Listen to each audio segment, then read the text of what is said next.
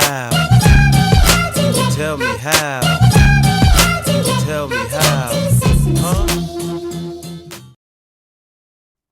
All right. So as a child, as you're growing up and you get to that certain age where you start becoming interested in the other sex, right? And so as I got to that point where I started getting interested in girls, you know, um, I still remember her name. I'm not gonna say her name on camera because if she's watching this, I don't want her to think like, oh my gosh, right? But no, when I got interested in girls, like I had a specific type, and I'm not gonna say what that type is either, but no, but it was, I did have a specific type, and I remember the first time I mustered up the courage, to go and tell the girl that of my interest that I liked her, and I was met with rejection, like ew, like I don't like you, I was like, man, dang, that kind of hurt, but then I mustered up the courage again. Well, I like her too, so I struck out with you. Let me go try my luck with the other one. So I went, and she kind of fit the type. They were kind of similar, right? Like, right. So I went, asked her too, and she was like, "Ew, I don't like you. You're not cute, And and then as kids, they're talking amongst each other, like, "Can you believe he asked me out?" And he trying to like, he's not cute. And then I would look at like, well, who do you think is cute then? And then they point to the guys that they thought were cute. And what was interesting enough, right? A lot of the guys that these girls thought were cute were like the lower performing students in the class. Like I was a straight A student.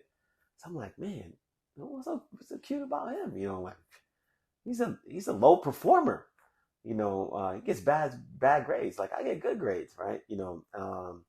And then I noticed it was that, but they dressed nicer than I did, and I had like the repeat gear, like what I wore on Monday was what I wore on Friday. But I was like, man, I was cool with that. I never had an issue or felt any different because I'm just like, all right, that's what I have, right?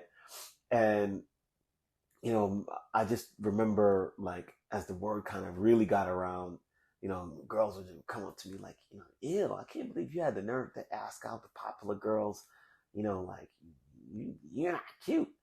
And my mind's response, and now in most children at that age and most guys at that age will probably be like, man, I will never ask another girl out again. And they'll probably take that as a hit, a trauma, like, you know what, man, I'm never gonna do that again.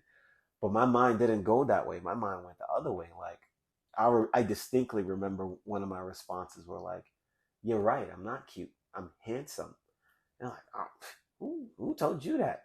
My mother did, right? So in my mind, like my mom said I'm handsome, then I'm handsome. So now fast forward in life, what's the lesson in that? The self image and the positive reinforcement, and the positive talk in a child and giving them that courage and that belief initially is so powerful because as I grew through life, I never had a self image issue where I ever looked in the mirror or got rejected or based on public opinion. I, I didn't dress a certain way. I didn't look a certain way. So therefore I was not like my self talk was always, I am handsome. I can step out in anything. And my self talk is like, you are handsome, right? The clothes don't make me, right? And I was able to distinguish that from a very early age. And that translated into the way that I talk to my children. I always reinforce them, man, you're so handsome. Man, you're so smart. Man, you're so great. You're so phenomenal. Man, you can do anything. So that's the lesson. And just, if you got kids or you got people that you're in charge of, start working on their belief system and talking to them in a more constructive and positive way. Did you like that episode? Thank you for watching. Let us know in the comments what you'd like to see next. Before you go, subscribe and click that like.